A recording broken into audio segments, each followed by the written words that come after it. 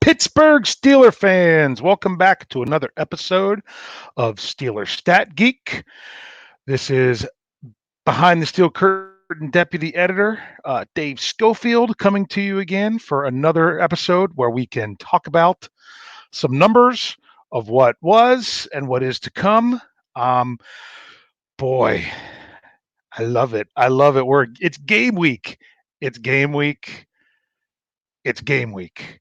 It's been a long time. I mean, the preseason, it was great to get back to where we actually talked about real football and talked about everything with the Steelers.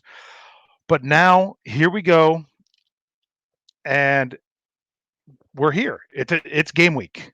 It's game week, and you gotta love it. You gotta love it. So I see that we got some people coming in here on the live chat already. Going to welcome you in. Going to start off the show by doing what we normally do and talk about the week that just occurred. I know there was a game last Thursday, a pretty much meaningless fourth preseason game, which, I mean, it might have helped solidify the roster a little bit more. But bottom line is, let's talk about the roster because that's what we ended up talking about last week anyway, was the numbers dealing with the roster and how many roster spots there actually were available. And I'll tell you this, the biggest number I'm taking away from last weekend and the roster is going to be 10. 10 linebackers in all. 5 outside linebackers, 5 inside linebackers. That's the most linebackers that the Steelers have taken for quite some time. I wish I could tell you exactly how long, but I wanted to look at numbers coming into this week rather than try to figure that out. But I know for the most part, they had been keeping 9, either 5 and 4 or 4 and 5. There was a while last year where it was even down to 8 because they were at 3 for the outside linebackers. So I technically they carried 4 outside linebackers with their very first 53-man roster because they needed that day to get Ola Adeniyi onto the IR designated to return. Then once they did that, they brought back a safety and they went with the 3. They went with the 3 outside linebackers. So for a long time until he came off of the IR. And then even when he did come off the IR, they only dressed him one game. So they went with 3. So to go with 5, that's a pretty big deal. That's a pretty big deal that they're going with that many. That goes to show you that they impressed, that they impressed. Not only that,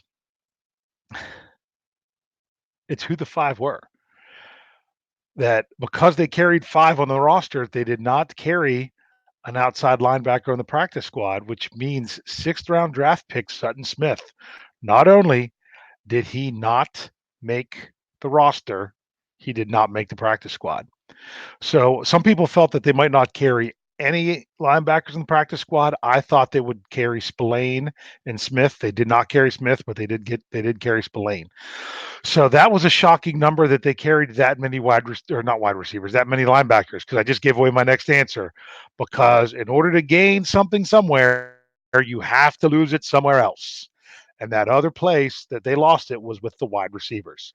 They decided to only go with 5 on the active roster, which I found a little bit surprising because, frankly, I expected Deontay Johnson to not get a helmet early in the season. I know they did with Juju a couple years ago, but with James Washington, there were some games where he was not active. Martavis Bryant was not active for the first, I'm pretty sure at least 4, might have been 5. I'm pretty sure it was 4, though, the first 4 games of his career. I remember being at a game where he was not active yet. That was pretty sure that was against Tampa, and watching him on the sideline. And jogging right in front of us in the end zone as he went around the field. So that's what I find kind of surprising. So I'm pretty sure that means they're going to have all of their wide receivers active on game day because they like to have 5 because they do want to have the possibility of going with 5 wide receivers. Now I know they can run a 5 wide set by not using wide receivers. They could use Vance McDonald but split him out wide. They could use some of those. They've even used Rosie Nix in that situation, but they have gone with 5 pure receivers on the field, just receivers. if I do believe right, they've even gone with 5 receivers in order to get the proper defense on the field that they wanted to go against, and actually put Ryan Switzer in the backfield and handed him the ball.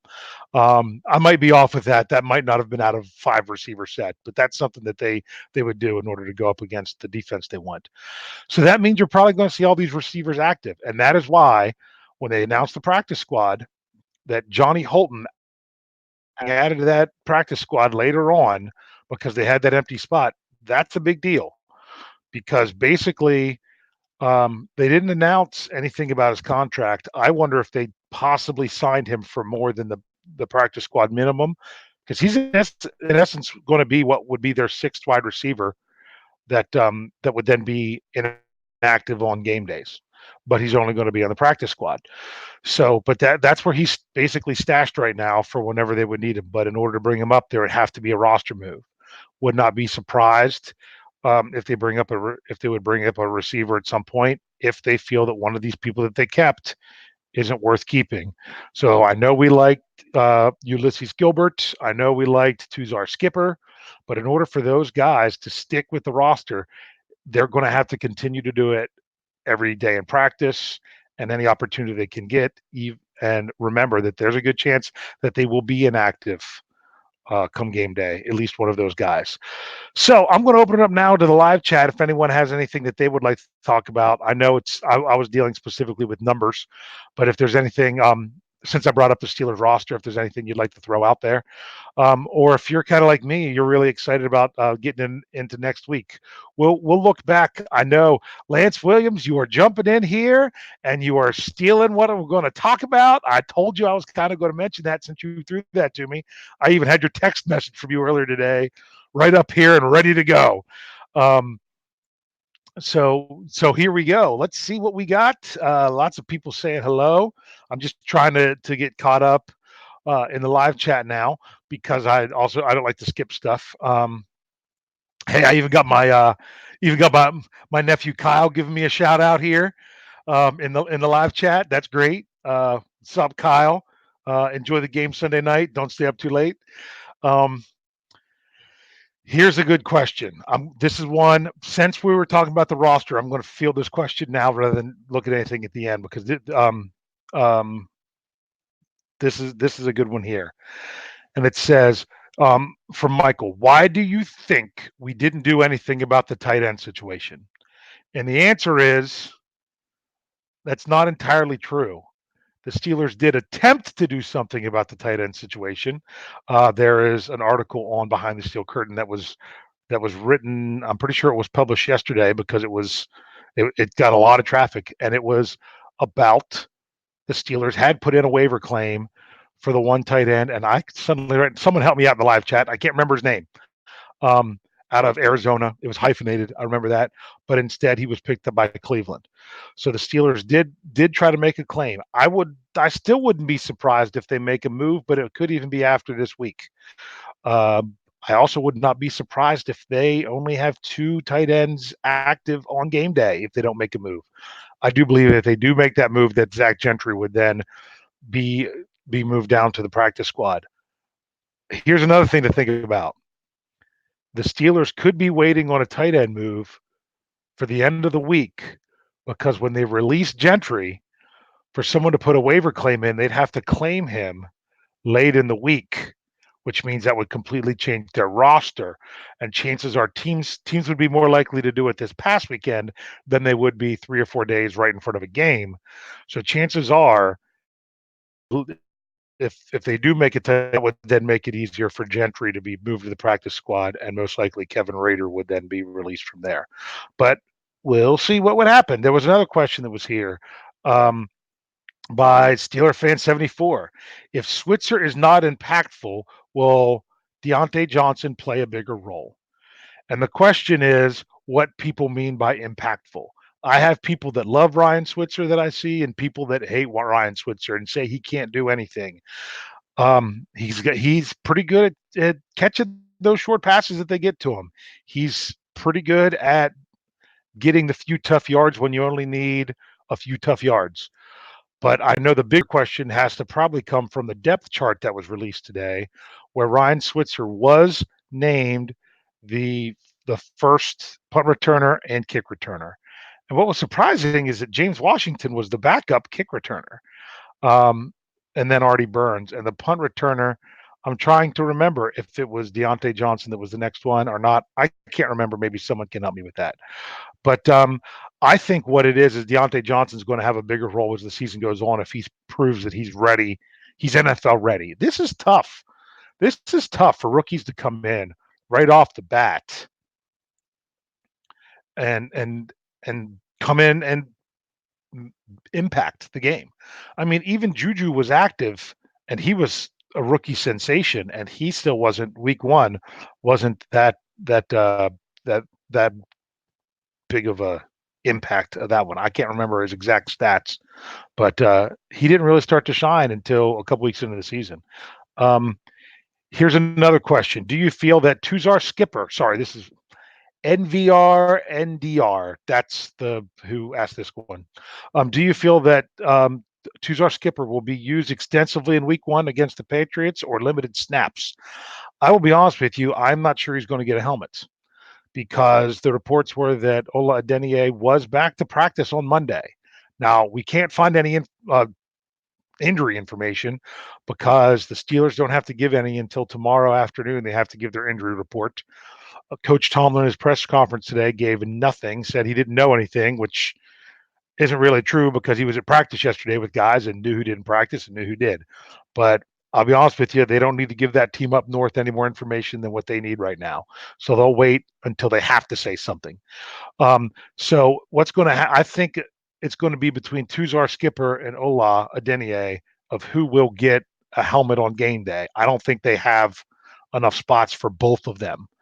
So that's how it's going to come down to it. So would he be used extensively? No, he'd be used on special teams. I'd be surprised if whichever one of those guys would get a helmet if they saw more than 6 defensive snaps. Um, that's just what I mean. It is early in the season; they might want more of a rotation, but with that's assuming a healthy Anthony Chickillo. If Chickillo is still injured, then both of those guys could be getting helmets and contributing big time. So really, it's going to come down to some injuries.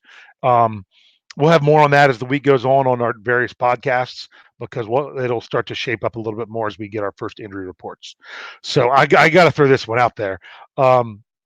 Christopher Williams says his wife bought him surprise tickets for week one in Foxborough. Holy cow. Your wife probably spent a lot of money. Um, good for you.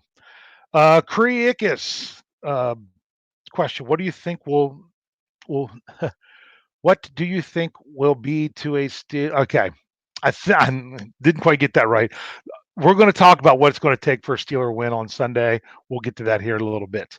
Um, so some other people here just throwing out some comments of various things that we've been talking about. I'm trying to skip to the questions.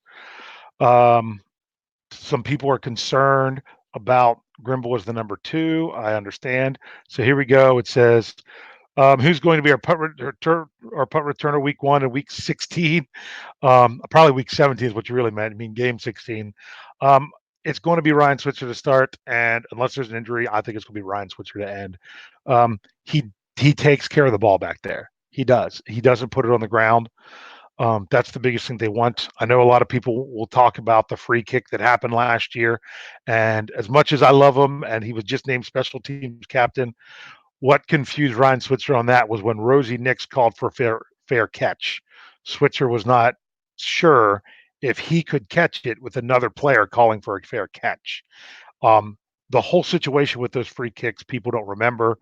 I know the professionals, it's their job, but you take a play that happens probably once every. I mean, think it only happens on a safety, and the Steelers are one of the teams that actually have had a couple each year. So you're talking about that play happening maybe once, at most twice in a season, and then something unusual happening during that unusual play, and it just kind of could be confusing with that. So that, yeah, Jordan, you said that 17 of the very next one. I see it now. Um, so I see some more stuff here and some people talking about questions. If I didn't get to your questions, um, it bring them back up when we go into the next stuff because I think I will bring up one other thing that I just saw, and that is Cam Kelly possibly starting. This is from Kyle Smith. Asked the question about that. I really hope that Sean Davis is available. I think Cam Kelly's great. I think he is. I think he's really shown himself that he's an NFL caliber safety. I would much rather him not start and be a sub package guy on his very first NFL regular season game going up against Tom Brady, which was something that Kyle mentioned here in the question. So go from the AAF to playing against Tom Brady. It would be great. He's going to get on the field because of their sub package defense. It would be great if he didn't have to play every single snap. Um, I'd rather I'd rather see him come along and maybe someone gets injured later on in the season. I'd feel much better about him going in. But his very first game, I'd really prefer if he didn't have to be out there on every single play. Um, just so you guys know, I'm going to go ahead and skip on to what's going on this week because this week, except I should take the question off here so it's not too distracting. So this week coming up, there was a couple different angles that I could take here. I was going to look at how the Steelers do based on their preseason record, but I really want to get more. I'm in regular season mode now. When I was in preseason mode, I was like, yeah, that's a great thing to talk about. Now that I'm in regular season mode, I'm like, let's get to the regular season. Now, there was some of this got circulated today on Twitter from some various Steelers sites, and I think it all started from one of them that actually shared the article that I wrote where I mentioned it. I didn't see it before I put it out there, but then I saw some other people throw it out there, and that is this: the Steelers are going up to New England on Sunday night. The New England Patriots currently have the longest home winning streak of any team in the NFL. And that's the number that I'm going to focus on this week. And that number is 16. Including the playoffs, the sorry, the Patriots have won 16 straight home games. The last time that they lost was to the Carolina Panthers. And now all of a sudden, I can't figure out where I wrote it down, but I'm pretty sure it was it, it was early on in 2017. Their second to last loss was week 1 in 2017 against Kansas City. So I'm focusing on that number, and you're like, well, gee, that doesn't give me a lot of hope. But it does. It does, because in the words of Lance Williams that he wrote earlier on in the live chat, and if it was still there, I would have brought it up. But instead, I'm going to say it right here. He says, do historical stats matter? And the answer is sometime. Sometime. Okay. I still think the historical stat matters of Ben Roethlisberger only winning one game on the West Coast, because that's something that's just going to keep happening. Not going to keep happening, but could lead to. People were like, well, how could they lose to Oakland? How could they lose to Oakland? Pittsburgh hasn't won it. Ben Roethlisberger and Mike Tomlin combined have never won in Oakland. So these are stats that just kind of sometimes Lance is right. They don't mean anything going into the game, but sometimes they can also help you understand some things that are going on after the game.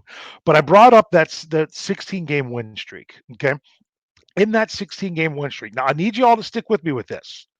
Okay. I'm not going all doom and gloom. I'm not going with Lance Williams. Sorry, Lance, you brought it up. I got to go with it. I'm not going to do that. But I am going to bring up that the Patriots have won 16 straight home games. I got to get some of these numbers up here. Okay. In those 16 games, one of those games was a win by 3 points. And that was last year in week 6 in that crazy game against Kansas City where they kicked a field goal as time expired. They won the game 43-40. They had one game in there that they won by 4 points. That was the AFC Championship game against the Jacksonville Jaguars in 2017. And that was the game where Jacksonville did what too many people do against the Patriots, and they get a lead, and then they play scared the entire second half until they lose. That's the one thing I don't want to see from the Steelers. We'll probably talk about that a little bit more on the preview. Don't play scared if you have the lead. Keep going.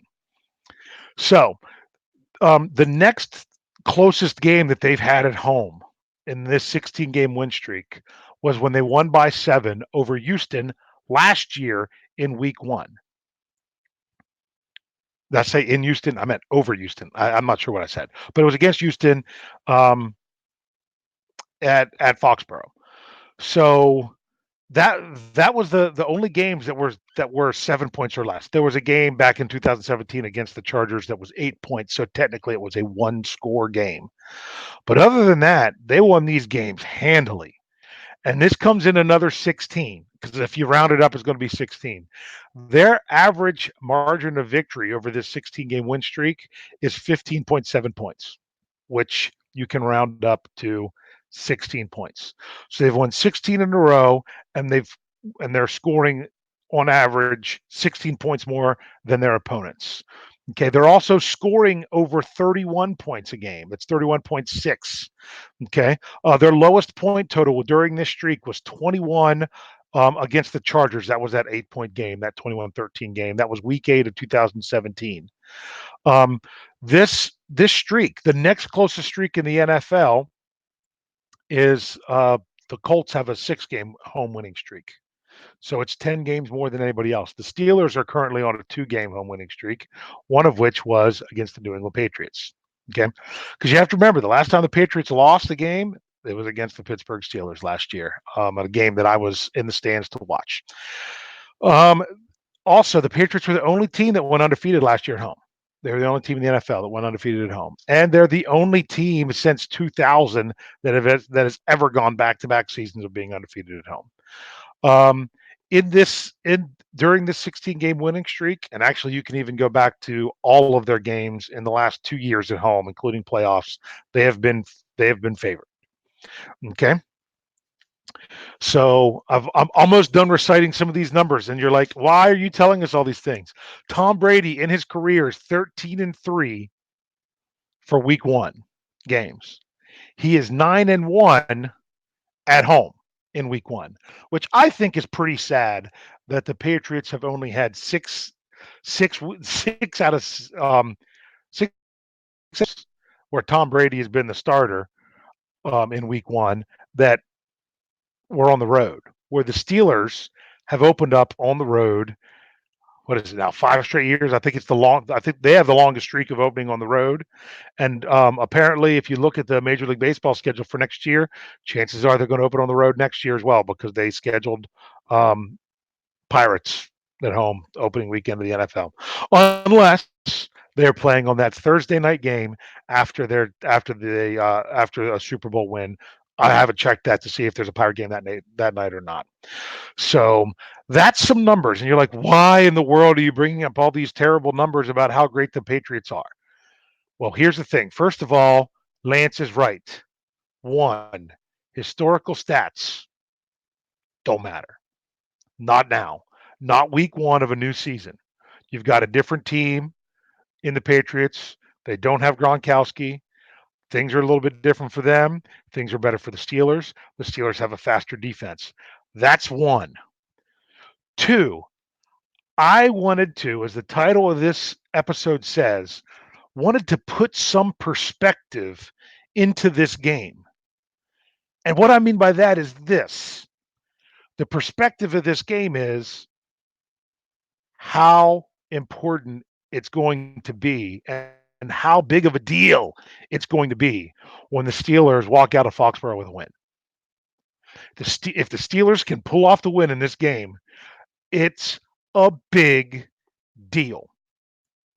Jeff Hartman and I talked about something before he did his letter from the editor this past Sunday, and we were kind of surprised at some of the reaction. And it was the season is not lost, everything is not on fire. Steelers did a win in Week 1. It's Week 1. It's one game. It's one loss. Steelers must win this game or this season is over. The Steelers must win this game. I had to chime in at one point to just say, "Hey, slow down. If the owner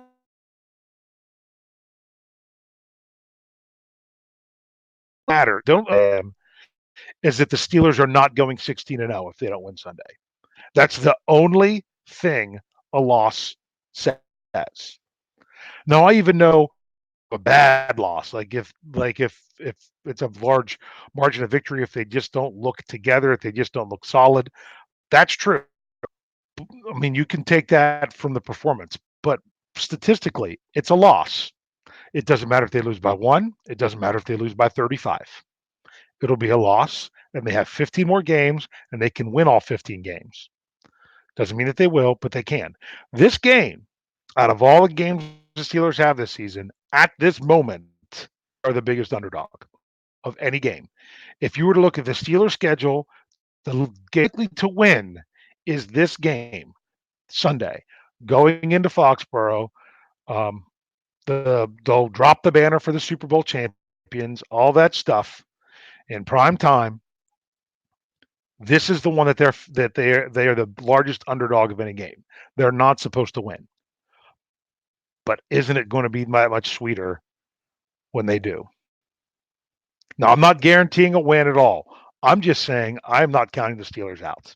If you read my article I put out earlier today about the betting odds for the Steelers right now, when you do it, you're usually picking against the spread. The spread right now is 5.5 points. But if you pick the Steelers straight up, right now the odds you're getting are 11-5 straight up. So I put it in the article that if you place a $20 bet on the stakes, not with the spread, just bet the money line, you would be eligible for a $44 payout on top of the $20 that you invested. So that would be $20 in, $64 out. That's how much of an underdog they are. If you bet the Patriots $20, you'd get of $8. That's it. You get your $20 back plus another 8. That's the line that's going in Vegas. I mean, to me, I'm all sounds like a great time to bet on the Steelers. So once again, I'm going to try to catch up and see what you are doing. You're probably going to give some thoughts about all these ho hum numbers that I just threw out there. There's also a narrative that's going around about, well, the Patriots start slow too. I gave you the stats for Tom Brady. I mean, he's 9-1 at home in week 1. That does not indicate a slow start. Look sharp or anything else.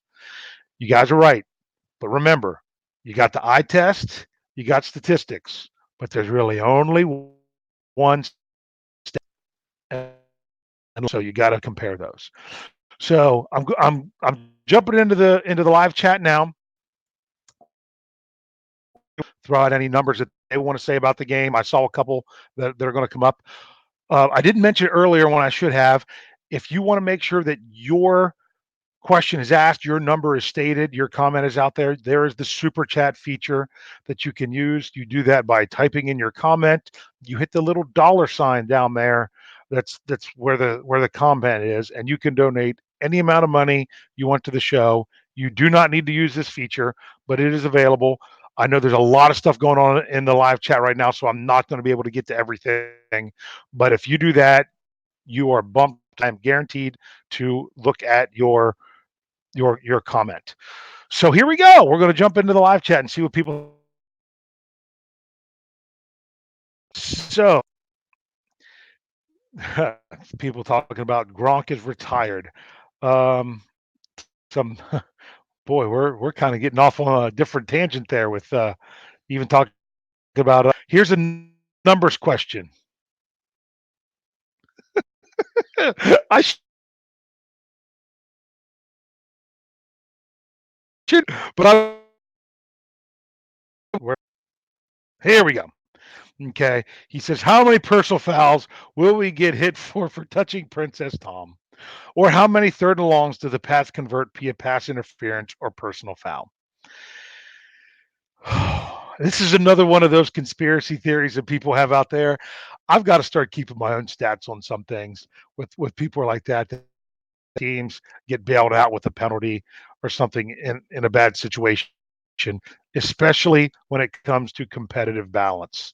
Have you ever noticed there's a few things that I've noticed and coaches challenges or just booth reviews, not even a challenge.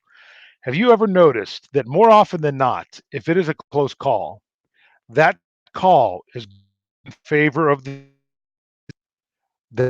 that position to win the game. In other words, to keep the game more competitive.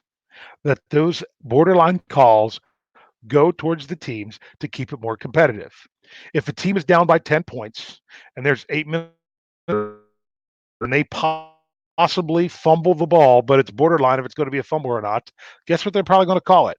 Not a fumble, because they want to let that team have a chance to get within one score to have a nice close game at the end. Another statistic that I would like to look at if you want to talk about conspiracy wise is the number of notice of football on Sunday night. And look at the number of kickoffs when the ball is kicked and the returner decides to run it out. Not if it's kicked short of the end zone, but if it's kicked into the end zone, and the person could take a knee, but instead they choose to run it out. How many times there is a penalty called on the return team? The NFL doesn't want kick returns. They don't want it. It's too dangerous of a play. So almost every time when the ball was kicked into the end zone, you're going to see a penalty. You're going to see a hold. You're going to see a block in the back, something like that. I'd say probably more than half the time, a lot more than ones that are kicked short of the goal line, because they want to discourage teams from returning the ball when they could take. I'd throw up my couple conspiracy theories out there. Here we go. Mark, 4 sacks on Brady. I'll be honest with you, that's not enough. Let's go for 6. Okay. Um, Here we go. More stuff. Uh, I'm not sure if this stat's right where Cree throws this out there about he's 8-3 against men. So I'm not sure if that's correct, but that wouldn't surprise. I mean, Steelers have won the last one, but grant that was at home. Um, Here we go. Some people saying must win this game. Yes, that is true. The Steelers must win this game, but the season is not over. It's not a must-win game. A must-win game is it's hard to have must-win games in week 1. Okay. Um, Here we go. From I am. Anything can happen. Let's not overanalyze. That's kind of the point I was making. These how great New England is in week 1 is going to show you that it's a big deal when the Steelers show up to play if they come out and win this game. Okay. Here we go. Randy Sears says, I think we have an advantage, our D line versus the Pats O line. I think we have an advantage anything that comes to the line. I think our offensive line is great. I think our defensive line is great. They've just got to show up and play. Um, we can't have on defense paralysis through analysis. Sorry, paralysis by analysis. Got to get it right. Got to get the correct word. Um, in other words, don't sit back there and overthink of what Brady's going to do and not react. Okay, let's just go after him. And the key is when it's said about our D line, that's where we got to get our pressure. We've got to get the pressure on Brady from right up the middle. We need Hargrave, we need Tuitt, we need Hayward, we need these guys coming right up through the middle at Brady. That's what he struggles with was when the pressure comes from the middle. Okay. So, so some very interesting stuff here. Lots of people has lots to say about going on, or what's going on with this with the game. Um, here was a question. It was a super chat question. I got to see if I can find it because it's a lot harder to find these. It was from it. Why is this not coming? There it is. Is the Pat Center out with blood clots? Does anyone know the answer to that one? I'm not sure about that before it doesn't come out tomorrow. I do know that the Patriots did trade from the Buffalo Bills, and for some reason, even though I typed his name 3, right now, but he used to be the center for the Bengals. He started every game for the Bengals while he was their center. He was with the Bills last year until he got injured, and then he was this year. He was with the Bills again and got traded to the Patriots. So I don't know if it's because they need him to play or if he's coming in to back up. So so here we go. Kyle Smith said, he said, yes, it's 8-3 of Brady over Roethlisberger. It should be as my brother is going to love to hear Jesse James caught that ball. We all know that. Lance, Lance, you asked me this on text message today, so of course I got to bring it up. And I'm going to give you the same answer. How well will the Steelers play the run while in defensive subs, meaning if they're in nickel or even their dollar? That all comes down to Mark Barron, Devin Bush, whoever's on the field, because it's that linebacker position, that guy. Because the reason I'm saying it's not Vince Williams because he's going to be out of the game. Vince Williams is the big run stopper. All right. Now that was last year, LJ Fort. LJ Fort was a great coverage linebacker, but if they put him in there as the coverage linebacker, he struggled against the run.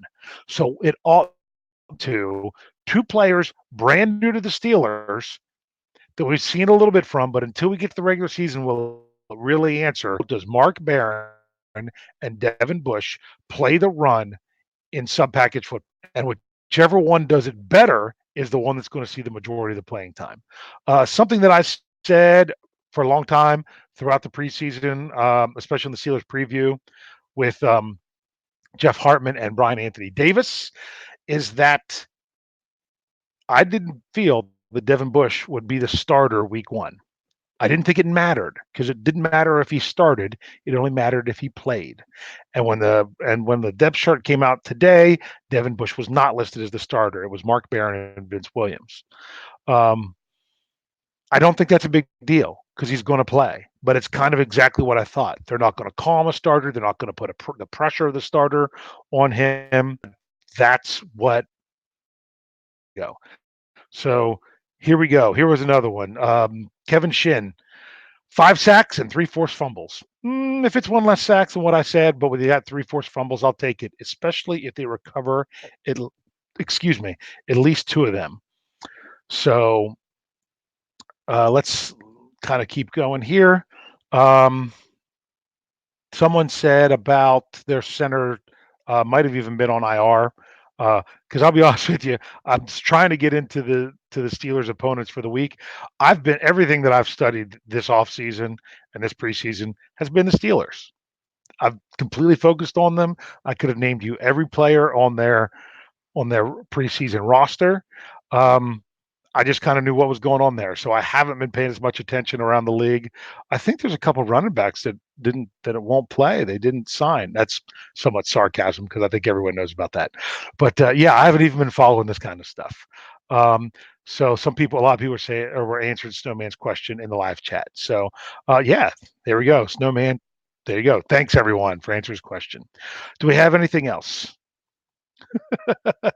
So that's my brother that says he'll tell me after the podcast. Just a thumbs up, but that's okay. Here we go. Let's any other numbers we want to see? Here we go. There's a good one. Nico, Ben's throwing 3 touchdowns. I think it's going to take that much to win. Well, not throwing 3 touchdowns, but the Steelers going to have to score over 3 touchdowns to win this game. The Patriots have just put up more than 21 points at home. That's what they do. So that would be a good one. So I'm continuing to try to find through here and go through here. There's lots of good stuff here with the live chat tonight.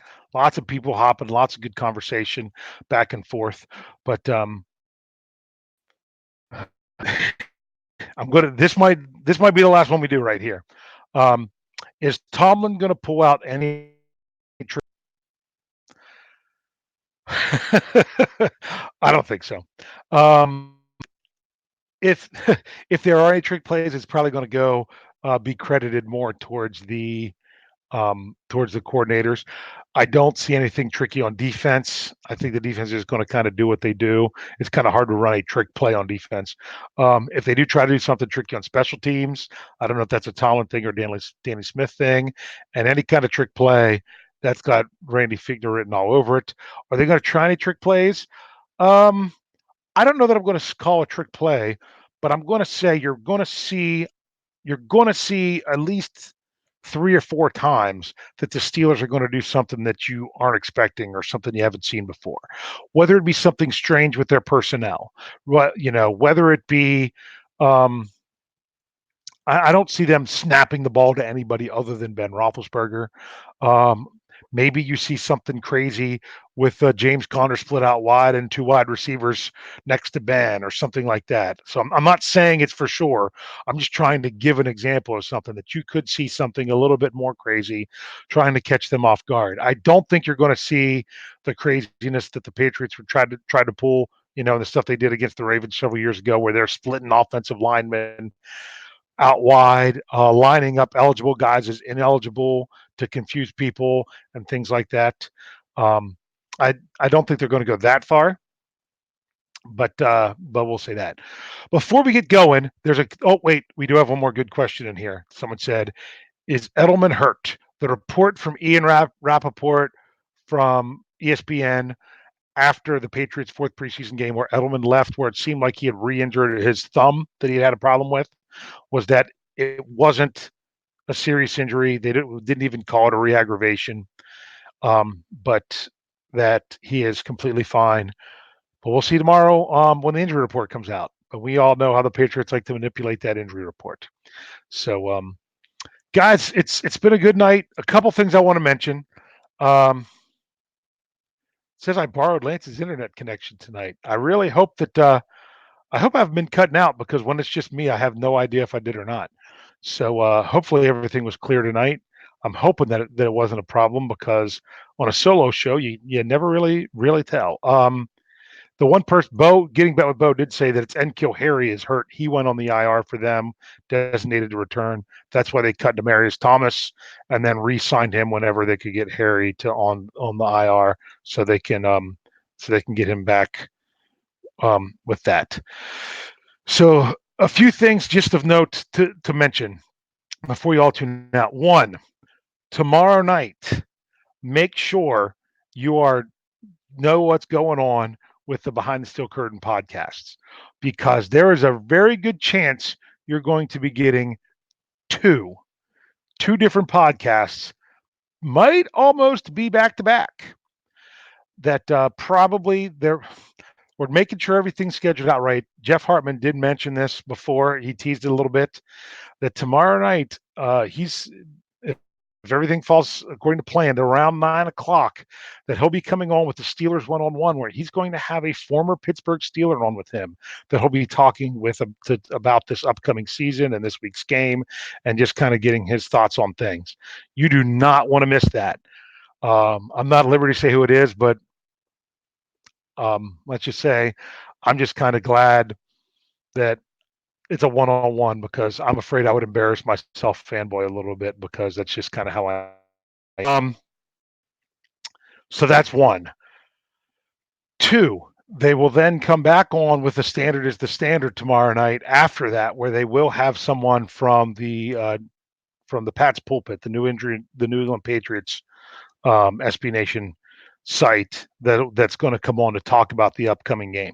So that's two different things. If you want to make sure you don't miss those, you've got to make sure that you go to the YouTube channel, BTSC Steelers Radio, hit subscribe and hit the bell so you'll get the notifications. You want to know when those podcasts come on tomorrow night, because trust me, that's going to be something to watch.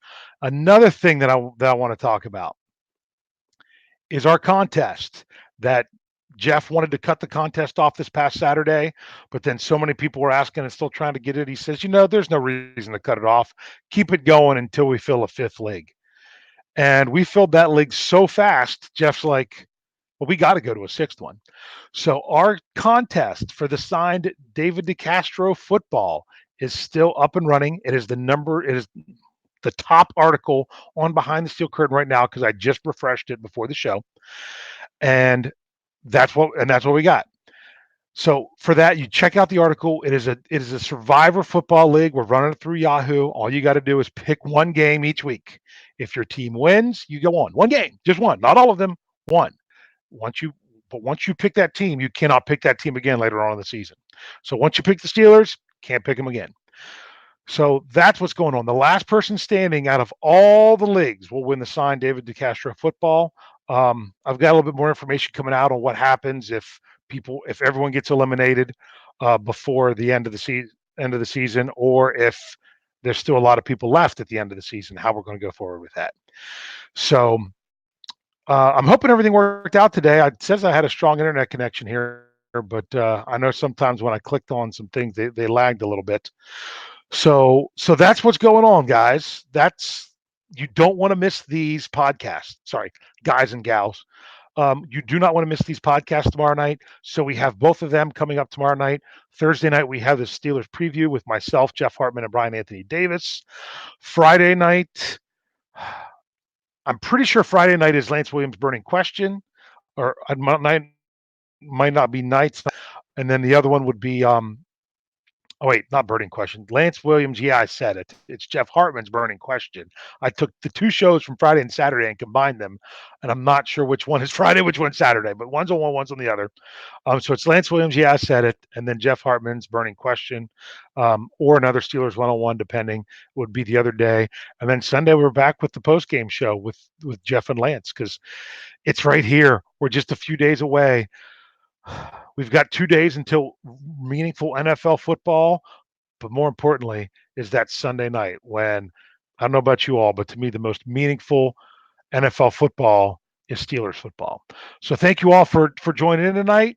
And we'll be back again next week from some more Steelers Stat Geek. We'll see how those numbers held up. We'll see if that 16-game win streak comes to an end. We'll see if that 16-point margin of victory can be overcome. We're going to take some of those numbers. We're going to chop them down, bring the Patriots kind of down a little bit, and not off their high horse. That's what we want to see the Steelers to do this week. We'll be back next Tuesday night to talk about more stats. And in the words of our friend of the show, Lance Williams, tune in, tell a friend, and subscribe. We'll see you next week.